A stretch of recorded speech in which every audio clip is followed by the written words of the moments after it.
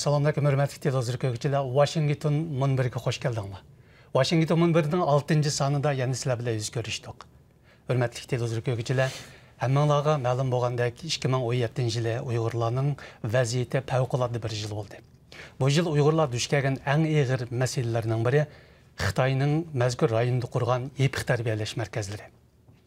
Xitay hökumətinin Uyğur elində kən köləmlik yepiq tərbiyələş mərkəzlərini qurub, 10 minlığan Uyğurlarını bu orunlarga soluşı ağır ictimai, siyasi məsələyə aylandı.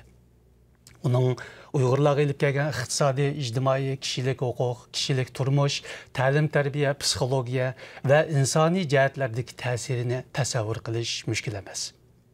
Xitayning zadi qanchalik Uyğurni bu orunlarda azad tutub turilayotganligi bir siri. Misal alsaq, Qashqa viloyatining o'zida 120 ming Uyg'urning yepiq tarbiyalash markazlarida ekanligi qayd qilinmoqda. Qasam. Men Jumhuriyat Jamiyatining fuqarosi. Shunday qasam bermanki, vatanni, Xinjiangni, qizg'in suyib, ittifoqlashib to'g'ri qo'shib, yengillik yaratdi. 没有共产党就没有新中国，没有共产党就没有新中国。我说。Yepiq tərbiyələş mərkəzlərinin ən aqalli təsiri 10 minlığan ailələrni ata-anasız, 10 minlığan ata-analarını farzandsiz ahvolga tushirib qo'ydi. Onun aile hayatı, ticaret, işlep çıkarış, hizmet, aile ve kişilik bexatarlik, balalar terbiyesi, marif ve aile psikologiyası qatarlıq nurgun cəhətlərdəki zihnini hesablap çıkış nəhayət müşkül. Hem mümkün emas. Xitay hökuməti nima üçün bundaq bir qattiq tədbirini bir usul çarı sübutida qo'llanadi Uyg'urlarga. Onun yetməkçi bo'lgan maqsadi nima? Yepiq tərbiyələş mərkəzlərininki mahiyeti nima? O qandaq o'rin?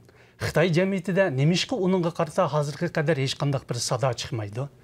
Onun 2. Dünya uruşı məzgilidəki nasistlər qurğan bolsun, sabiq Sovet İttifaqı dövrlərindəki gulag lagerlər bilan bolğan bolsun, fərqi nəmə? Qandaq oxşaşlıq tərəfləri var. Uyğurlar bu lagerlarni taqaş üçün nimalarni qila alaydı? Bugünkü münazirimizə, bugünkü munbirimizə iki qimmatli mehmonni təklif qildıq. Onlarning biri Amerikadakı Uyğur advokat, Dünya Uyghur Qurultayı'nınki qanun məsləhətçisi Nuri Türkel Efendi. Aldı bilan Nuri Türkel Efendi'nin bugünkü söhbətimizə yana bir qitim qadrim təşrif qilib özünün fikirlərini bayan qilishqa ma'qul bo'lganligiga rahmat. Sizga ko'p rahmat. Ko'p rahmat.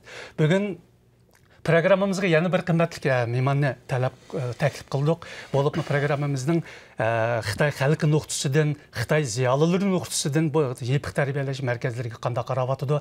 Bu masalani anglag'uvchilarimizning diqqatiga sunish uchun Kanadadagi ataqliq o'qituvchi zot, Xitoy yozuvchi, jurnalist, Xalqaro qalamkashlar jamiyati tinchlik komitetininki muavin raisi Xinshue xonimni taklif qildik.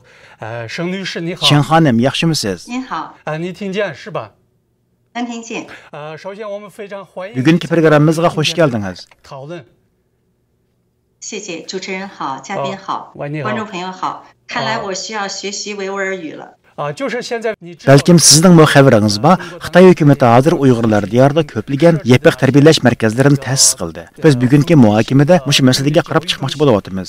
Buningda asosli qilib Xitoy kompartiyasi nima uchun bu xil markazlarni ta'sis qildi? Buning orqasida qanday muddaolar yoshirilgan? Buning ijtimoiy ta'siri qanday bo'layotdi? Xitoyning qonuniy va xalqaro inson huquqlari prinsiplari doirasidan buni qanday tushunish kerak deganlarni muhokama qilamiz. So'rovimizga qo'shilganligingiz uchun qayta tashakkur bildiraman. 是我的荣幸。 Kendimden aldı bilen bu yepiq tərbiyələş mərkəzləri degan bu ufqumğa, bu məsələyə qanday qaraydıqanlığını, bunun ufqum nöqtəsindən ağa vaxtımızda yepiq tərbiyələş mərkəzləri deydi.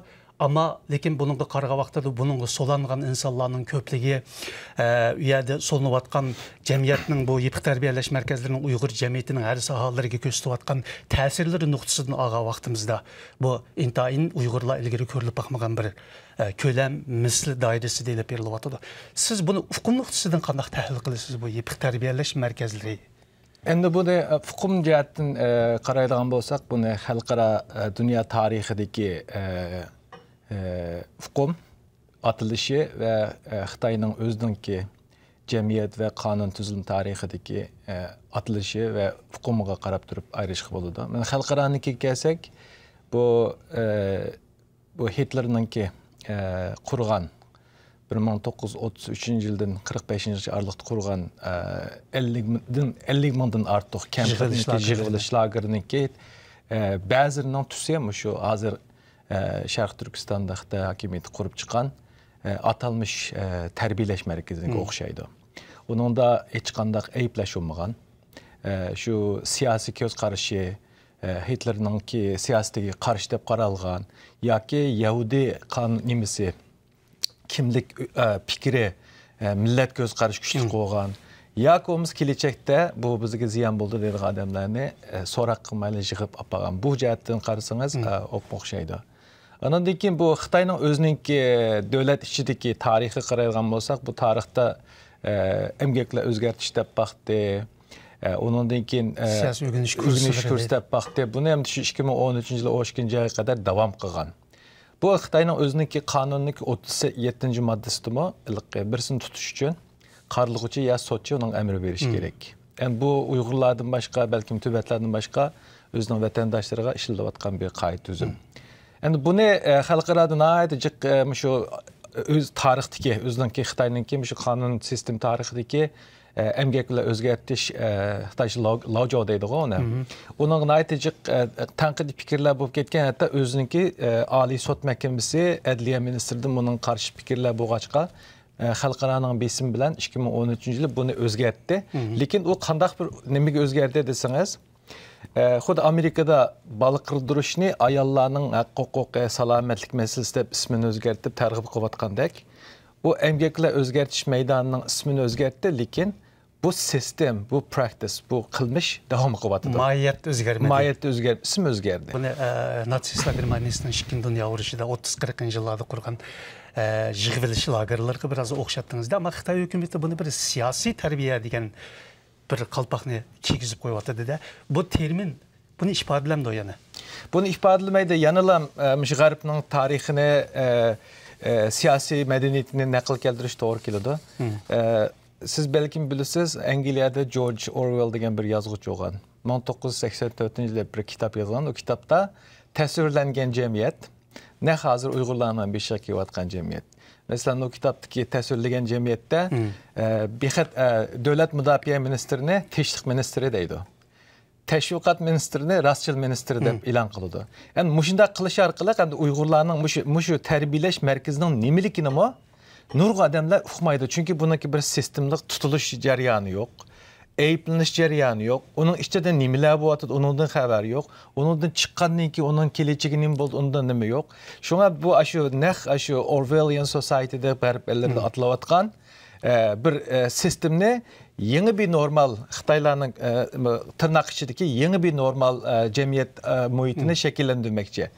Tamam, unda hozir savolimizni Şinşua Xanımga qarşı bakaylı. Hazır Şinşua Xanım biz bilen Kanada, Toronto şehrida turib Skype orqali suhbatimizga daxil bo'lyapti. Şunday uchun netinjami? Şen xanım anlayapsınız. Biz hazır tilga olgandek Xitoy hukumati navbatda Uyg'urlar diyorida yig'ilish lageri xarakteridagi yepak shakillik siyosiy o'rganish markazlaridan ta'sis qilyapti. Siz bu tadbirlarga qanday qaraysiz? Siz Kanadadagi Xitoy o'qitishi ziyolilarining biri sifatida bu masalani qanday tushunasiz? 我看到这个中共在维吾尔自治区设立的封闭式的这样的一个政治 Xitoy hukumatining Uyg'urlar diyorida yepiq shakllik siyosiy tarbiyalash markazlarini ta'sis qilayotganligini anglagan vaqtlarimda birinchi bo'lib kallamga kelgani ularning 2. Dünya urushi mazgilida Germaniya fashistlari Yahudilarni yo'qotish uchun ta'sis qilgan gazda zaharlab o'ltirish zallariga naqadar o'xshaydiganligi bo'ldi.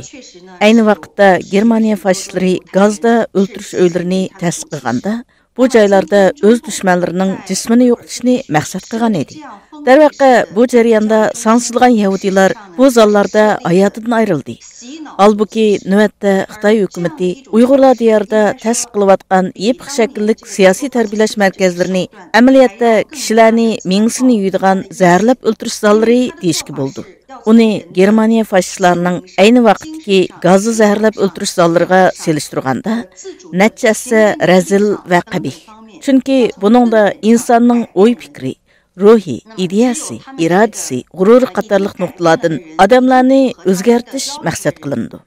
Shu sababdan hukumat doiralarining o'lchim bo'yicha o'zgartirilib bo'lgan. Ularning talabiga yetgan kishilar bu siyosiy o'rganish markazlaridan chiqa oladi. Shunga biz shuni tasavvur qila olamizki, jamiyatda nurg'un sondagi mushundoq insonlarning barliq kelishi amaliyotda Xitoy Kompartiyasining zo'ravon hokimiyatining o'lchimi va talabiga butunlay mos keladigan kishilarning vujudga kelishidir. Xitoy Kompartiyasi nima uchun mushundoq qiladi? Amaliyotda buningdan 10 necha yillar ilgari, ya'ni 2002-yili men Xitoy Kompartiyasi bilan terrorlikning munosabati haqida bir chatma maqola yozib chiqqan edim. Ayni vaqtda bir televiziya stansiyasida mushu haqda muhokama yurgizib, 4 qismliq video ishlagan edi. Shu jarayonlardagi tahlillar orqali men shuni his qilgan edimki, 2001-yildagi 11-sentabr voqeasidan keyin terrorlik degan so'z bakmo bozorlik so'zga aylanib qolgan. Nurg'unlagan axborot vositalari va hukumat organlari bu so'zni kengri ishlatgan. Xitoy Kompartiyasi bu holning dal o'zlari uchun tepulg'isiz bir fursat bo'lganligini tunib yetgan. Shuning bilan ular darhalla bar kuchini yig'ib, terrorlikning xavfi haqida va'z aytadigan bo'lishib olgan. Amaliyotda bo'lsa hammamizga ayon. Terrorlikning ta'biri qomuslarda yoki BDT, Amerika, Yevropa ittifoqi qatorliq joylarda bir-biridan yo'qning o'rnida farq qismi, ammo bu ta'birning prinsipi va asosli ramkasi butunlay o'xshash. Mushunaq ahvolda terrorlik hukumining xarakteri nuqtasidan elib aytganda, Xitoy Kompartiyasining ko'plagan xodimlarini, Xitoy Kompartiyasi qurilgan dastlabki mazgillardagi tashkilot qurilmasini, shunaqla 1949-yili qurilgan davlat hokimiyati qatorliqlarni keyingi vaqtlarda xalqaro jamoat terrorlik deb tasvirlagan ishlar bilan selishtirgan bo'lsak, Xitoy Kompartiyasi hozirgacha qilgan atkinning hammasining naq terrorlikning ta'biriga tushadiganligi oshkor bo'ldi. Shunga biz shuni deya olamizki, hozirgi Xitoy Kompartiyasining zo'ravon hokimiyati sepi o'zidan davlat terrorizmi asosidagi hokimiyat.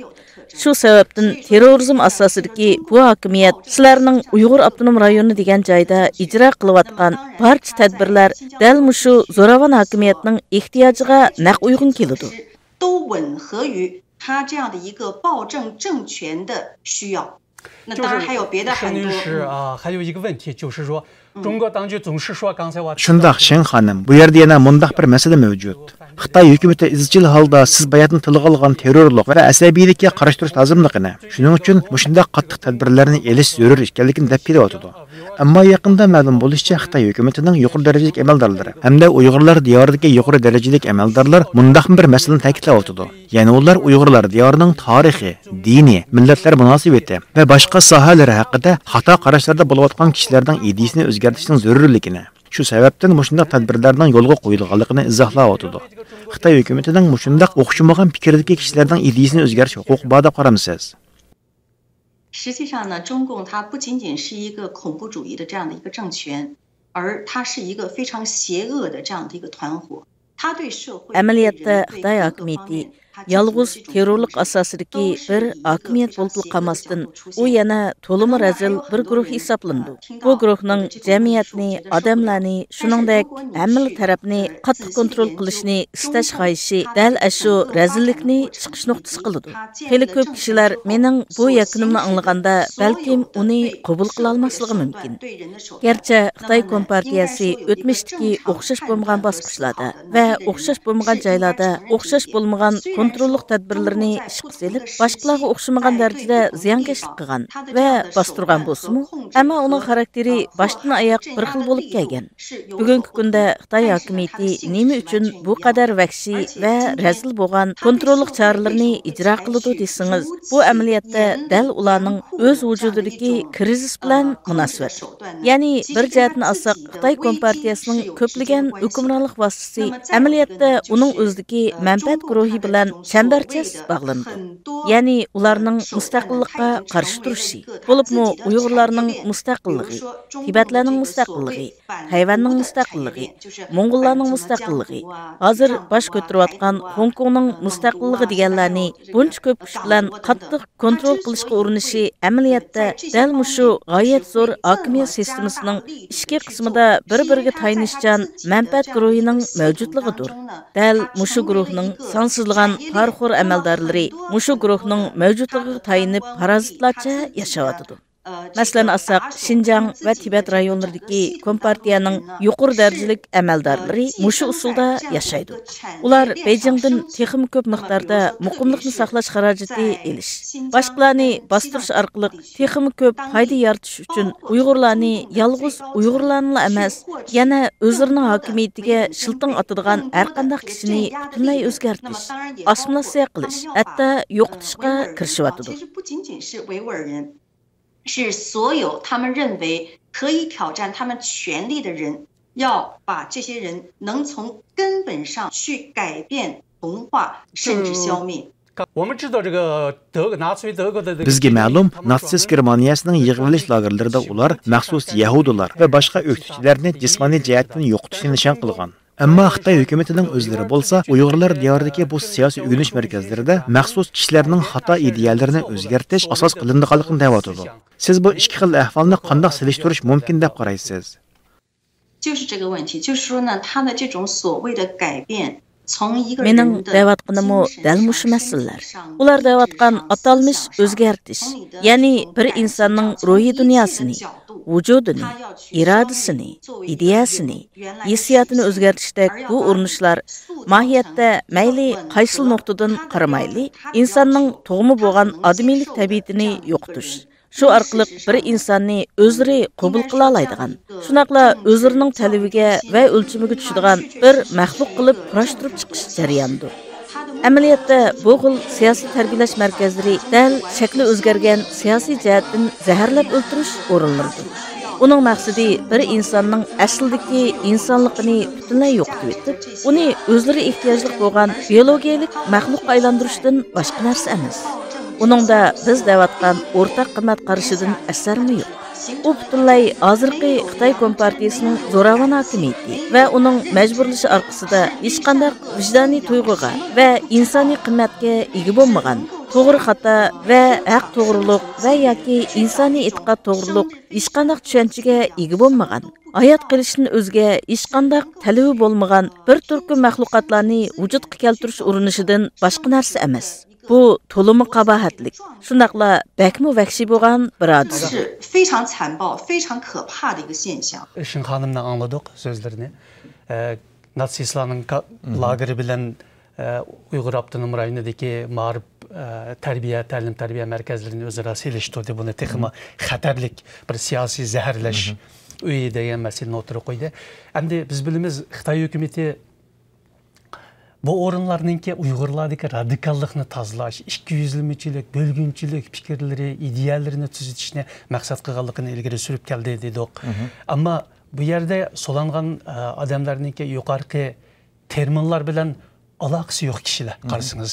Masalan, yaqinda xabar chiqdi, Mehmet Salih apandini mushiyaga so'lagandan keyin shu yerda vafot bo'lganligiga doir xabarlar keldi. Uningdan burun Qashqarda ham shunday dangliq diniy ziyolilarningki bu yerga so'langandan keyin shu yerda vafot bo'lib ketganligi. Umuman bu yerga so'langan odamlarningki tarkibiga qarasak, bu radikallik bilan yaqindan jiroqdan bir munosabati yo'q kishilar bu. Bu nuqtaga qaraganda Xitoy hukumatining bu yerda nima maqsadga yetmoqchi bo'layotganligini siz o'ylayapsiz. Endi nima bularning maqsadi deb tushunsiz? Endi Abay degandek bu qilmishning haqida cho'qim bir yetilgan maqsadni ikki narsadan tangmangdi-ku, niyat bilan qilmish. Endi hozir bu qilmishlarni ko'ryapmiz, niyatiga qarash kerak. Bularning niyatida bir shu 90-yillar 2000-yilda bu jamiyat qurilishi yapgan bular social engineering deydi. Endi hozir bularlikki qandaqdir bir kelajakda kelgan bir siyosiy tahdidni yıldızdan qurtimiz degan bir tushuncha bilan o'zi o'ydirib chiqargan. Bu shu tug'an turqidan, o'zining kimligidan, qilayotgan gapidan, hatto o'y fikrlaridan andish qildigan bir muhitni shakllantirish orqali O burunluk tazlayman da atkan, bexatarlik tehdidi de atkan, cemiyet amallığı tehdidi de atkan adamlarını juguşturup oldu. Hem de hazır bulunan tığuçı, ma aklı da cahil adamlarga, fikir kılışka mahir adamlarga, kitap okuyan adamlarga, kallısını işiltip ticaret ronak tapkan adamlarga hücum kılış arkalık, ben hemmesiga kuchum yetidi o. Bu tordan hiç birisi qeşip qutlanmaydı. Şunun için sen mening tutpagan yo'lim bo'yicha, mening deb bergan prinsipim bo'yicha, mening sana ta'lim tarbiya bergan tarixing bo'yicha, mening yo'l yo'riqim bo'yicha yangi hayot kechirsa deb buni inglizcha new norm deydi. Yangi bir o'lchamni o'rtaga chiqarish orqali ham bu texnik yig'irlashtirdi. Chunki buning to'xtatish uchun Xitoylarga bir ziyon bo'lishi kerak. Xitoylar buni nihoyat yaxshi menfaatni ko'radi hozirgi muhitda. Xitoy hukumatining nazarida bu Uyg'urlarningki ba'zi insonlar inson haqlari deb tushunadi. Bu inson haqli masalasini o'tib ketgan. Uyg'urlarning masalasi bu geopolitik masalasi bu. Coğrafiya, rayon xarakterli bexatarlik masalasi. Ham Xitoyning hozirgi yangi chiqargan Yevrasiya kengayish siyosatininki amalga oshmaslik uchun asosiy bir omil bo'lgan bir ahvol. Shuning uchun hozir bu yerda men abay degandek intent, bu niyatini nihoyat yaxshi tushunish kerak. Bu yerda niyat bilan konkret ilib berayotgan tadbirlarni dedingiz bu masalada, unikandan bu Uyg'ur masalasining inson haqlaridan halqagan bir masalaga aylanganligini o'tirib qo'ydingiz. Endi bu yerda siz bayam degandek Xitoyning xuddi 2014-yil 13-yil Xi Jinping o'tirib qo'ygandek bir balvaq bir siyosatini Uyg'ur avtonom rayoni bir tugun deydigan bir plan bilan o'tirg'i chiqishi, uning keyindan Xi Jinpingning Xitoyning 19-qurultoyida bu cho'ng davlat diplomatiyasi, cho'ng davlat obrazini tiklash, cho'ng davlat kuchini barpo qilish yer sharida bundaq bir strategiyani o'tirg'i qo'yib, ma'lum bir yil ichida bu nishonga yetish uchun harakat. Xitoyning bu davlat strategiyasi bilan uning hozirgi Uyg'ur avtonom rayonidagi bayamsiz degan niyat va uningki qo'llanayotgan tadbirlari o'tirsida bir o'rtaqlik yoki bo'lmasa uningga xizmat qiladigan bir tushuncha, shu maqsad bilan ilib berilayotgan bir siyosat bo'lish ehtimolligi bormi? Buni ikkisini bog'lashga boramdi biz. Bu tashqi siyosat ikki narsa bekmoqchi. Birisi time, vaqt, yana birisi jo'grafiyalik o'rni. Bu Xitoy hukumatiningki sirtqi kengayish yoki o'zining ta'sir doirasini Yevrosiyo qit'asiga kengaytirib o'zininki uzun musofalarga dunyoga xo'ja bo'lish niyatini amalga oshirish uchun buni Sharq Turkistonsiz Uyg'urlarning zimmasiz amalga oshirolmaydiganligini yaxshi biladi. Endi buningki muvaffaqiyatli bo'lish uchun cho'qim u yerda o'zlari atalmish chiqarib olgan bir bexatarlik, muqimlik bo'lishi kerak.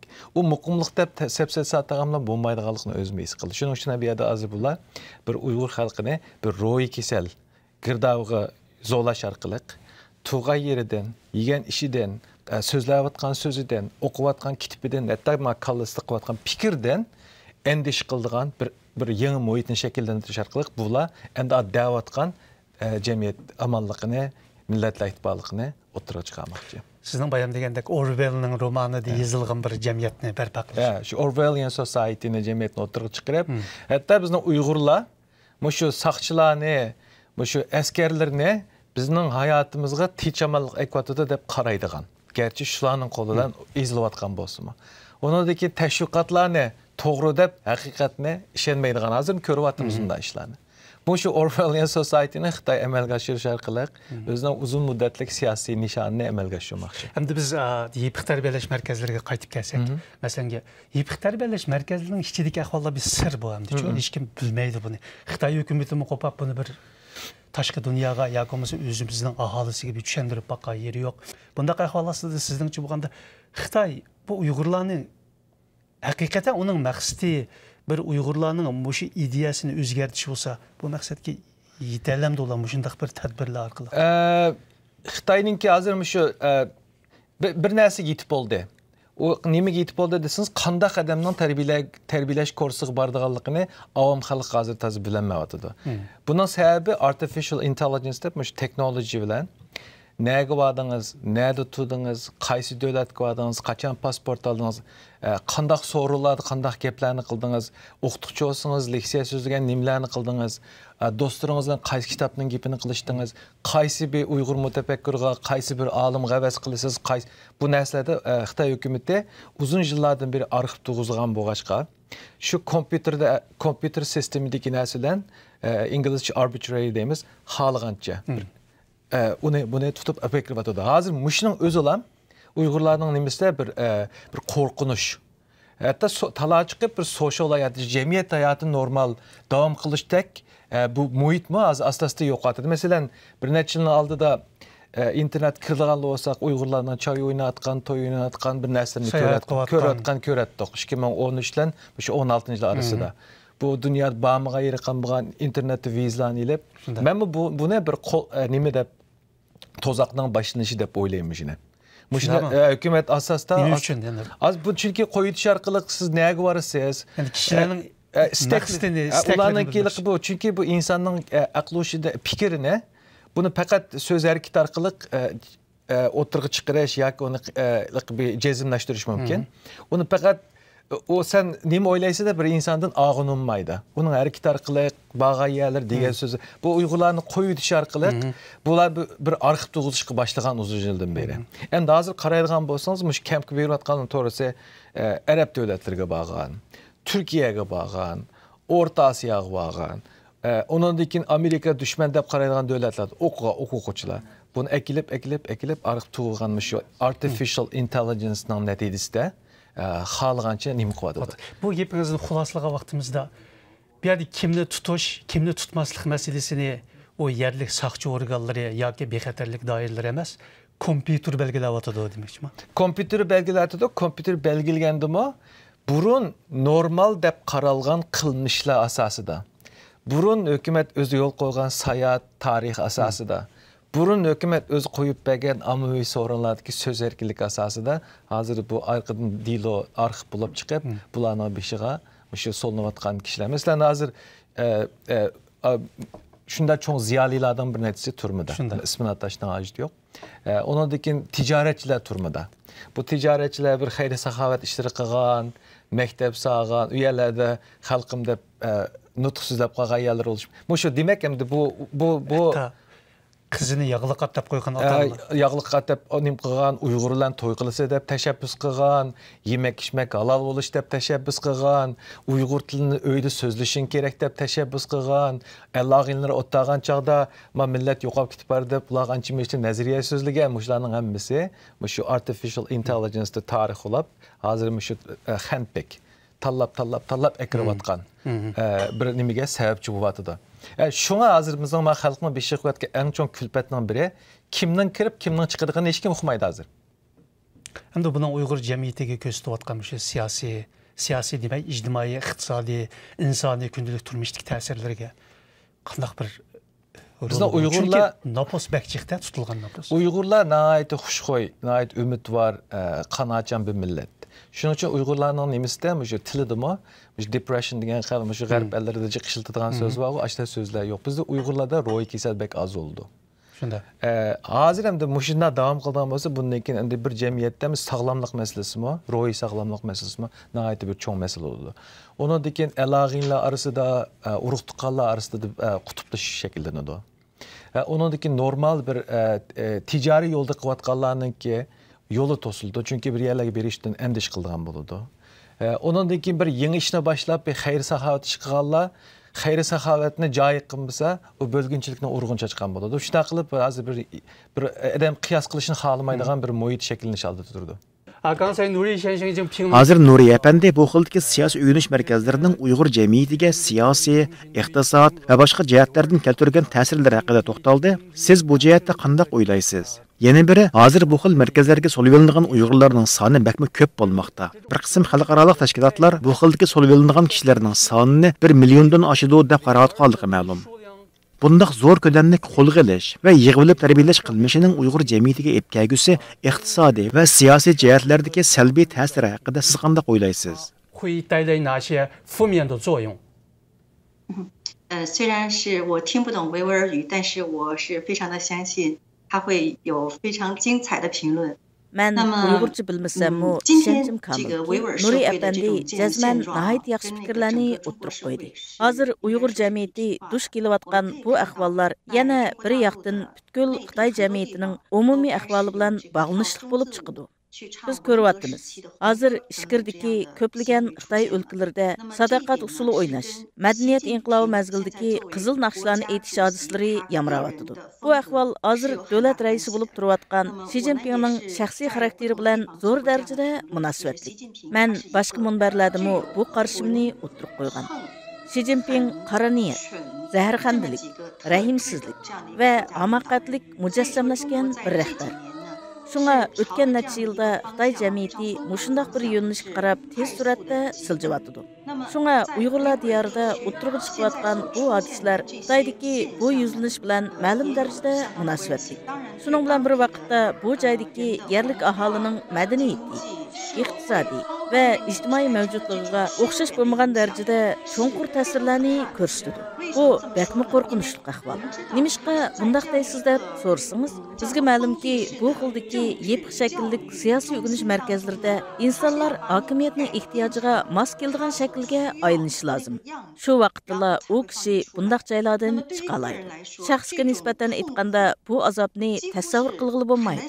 Chunki shu kishi chin qalbidan hech bo'lmaganda ish harakatlar orqali o'zining madaniyat an'anasini, tarixini, dinini, o'zining haqiqiy his tuyg'ularini, shunaqla o'zi so'ygan barcha shaylarni inkor qilishga majburlanadi. Bo'libmi diniy e'tiqod masalasiga kelganda bu xildagi inkor qilishga majburlanishning azobi bakmi og'ir. Agar bu xildagi insonlarning soni shiddat bilan ko'paysa, tabiiylikni va erkinlikni yo'qotgan bu kishilar bir zo'r ijtimoiy vahimani paydo qiladi. Shunaqla shu joyning siyosiy, iqtisodiy, madaniyat sohasigami o'xshashla mushundaq bir qabohatlik vahimini yaydi. Bundaq jamiyatning har bir bulung pushqaqlarigacha qo'rqinish va qabohat terilgan bo'ladi. Chunki kishilar Xitoy Kompartiyasi talab qilgandek olg'a kelmasa, o'zlariningmi tutilib, shu xildagi tarbiyalash markazlariga elib ketilishidan vahimaga tushadigan. Shu joyda mengisini yuyib chiqilgan qismatga dush kelishdan qo'rqib, dakki-dukki ichida o'tadigan bo'lib qoladi. Hamma odam mushu yo'sinda o'z beshining omonligi uchun fikrlaydigan holga tushib qolganda, bu jamiyatning qanday holga kelib qolganligini tasavvur qilish qiyin emas. Nurg'un kishilar Xi Jinping qaramoqqa g'oyilik va e'tiqodli insondek tuyg'u berdi deydi. Men buni xato demayman. Darvaqa Hitler, Kim Jong-il, Mao Zedong qatorliqlarning hammasi shundaq g'oyilik va e'tiqodli insonlar edi. Ammo ularning g'oyisi va ularning e'tiqodi dal butkul dunyoni o'zlari umid qilgan ashu xil atalmish mukammallikda kontrol qilishdir. Shunaqla o'zlari e'tirof qilgan shay'iga o'xshamaydiganligi narsani ma'lum vositalar orqali butunlay yo'q qilishdir xolos. Navbatda Uyg'urlar duch kelayotgan mushu xildagi real baloi ofatning ko'lami bekchong. Hozirga qadar bu xildagi tarbiyalash markazlariga millionlab odamni solib olish ahvoli haqida Xitoy ziyolilarining yoki Xitoy jamiyatining chiyeri bir narsa deb qolganligini yoki buningga qarshi inkos bildirib qolganligini ko'rmadik. Siz bu ahvolni qanday tushunasiz? 中共从建政以来呢，他就把社会撕裂得非常的碎啊，非常是个粉碎的状态。他一直以来 Xitoy Kompartiyasi hokimiyatni qo'lga olgandan buyon butkul jamiyatni imkon qadar ushshaq parchalarga bo'lib o'tgan. Shuning bilan bir vaqtda shu parchalar ichidan izchil turda ma'lum bir guruh, ma'lum bir qatlam yoki ma'lum bir qavmni hujum, zarba va bostirish obyekti qilib keldi. Shuning bilan bir vaqtda qachonki mushunaq bir guruhni hujum nishoni qilgan aman boshqa to'p va guruhlarni shu guruh qarta dushmanlik nazarda bo'lishga quturtib keldi. Bu ahvol Uyg'urlar diyorida shundoq bo'lgan emas.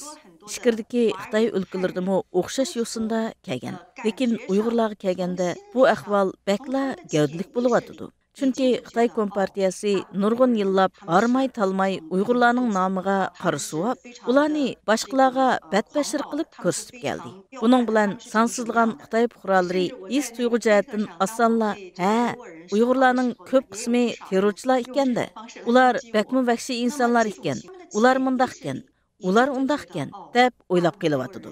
Amaliyotda menmu Uyg'urlarning nomiga qora suvash qilmishini ayblab Twitterda bir necha qitim so'zlab qo'yibdim. Nurg'ulg'an kishilar ana shu xil tushunchalar asosida menga hujum qilgan edi.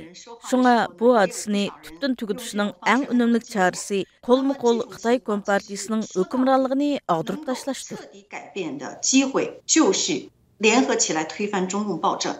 Uyg'urlar xalqarada qanday qilish kerak deb o'ylaysiz? Yana bu jihatdagi masalalarni hal qilishda Uyg'urlarga qanday fursatlar bor? 首先呢，就是维吾尔人一定要让国际社会真正的了解维吾尔现在的现状。 Aldı bilan Uyg'urlar navbatda duch kelayotgan qabahatlik reallikni xalqaraga haqiqiy yo'sinda bildirishga tirishish lozim deb qarayman. Bu ahvol o'tgan yillardan buyon har qaysi cho'ng yig'inlarda so'zlagan so'zimning muhim nuqtalaridan bo'lib kelyapti. Chunki zo'ravon hokimiyatning hukmronligidagi saxta tinchlik amaliyotda urush mazgildimi bakrak qo'rqinchlidir. Uyg'ur jamiyati bo'lsa davrimizda dal mushu xildagi qismatga duch kelyapti. Halbuki Uyg'urlarning har qanday qarshiligi navbatda Xitoy Kompartiyasining dahshatli bostirishiga duch kelyapti. Shunga Uyg'urlarning kuchiga tayanibla mavjud reallikni o'zgartirish bakmi qiyin. Mutlaq ko'p sondagi Xitoylarning tushunishi va qo'llashini qo'lga keltirish bakmi muhim. Shuning bilan birga navbatda xalqaro jamiyatning qo'llashi hozir kam bo'lsa qat'iy bo'lmaydi. Chunki hozir biz yashayotgan hayotlik makoni allaqachon yer shari kentining bir qismiga aylanib ketgan. Shunga Xitoylar jazman bu xil o'rtaq qimmat qarshini to'nib yetish lozim. Shundala Xitoylarning izzati, Uyg'urlarning o'z erkinligi ish qashidi. Sizga ko'p rahmat Shen xonim. Hürmetli görürmenler, yukarıda Erkin Asya Radyosu Washington Munbiri'ninki 6. sanını ködüңler. Bugünkü söhbetimizde biz Uyghur Abdunum rayonida Xitoyning qurgan yepiq tarbiyalash markazlarini muzokara qildik va talash tortish qildik. Bugungi suhbatimizga Amerikadagi advokat Nuri Turkal apandi, Nuri Turkal apandi o'z navbatida ham Dunyo Uyg'ur qurultayiningki qonun maslahatchisi, shuning bilan birga Kanadada turishliq Xitoy yozuvchi, jurnalist va Dunyo Xalqaro qalamkashlar jamiyati tinchlik komitetining muavin raisi Shinshua xonim qatnashdi. Biz har ikki qimmatli mehmonimizga shu munosabat bilan rahmat aytamiz. Hurmatli televizor ko'ruvchilar, bundaq programmalarni bundan keyin davomli o'rinlashtirib turamiz. Bizdan ayrilmanglar, qimmatli fikringizni beringlar. Xayr xo'sh.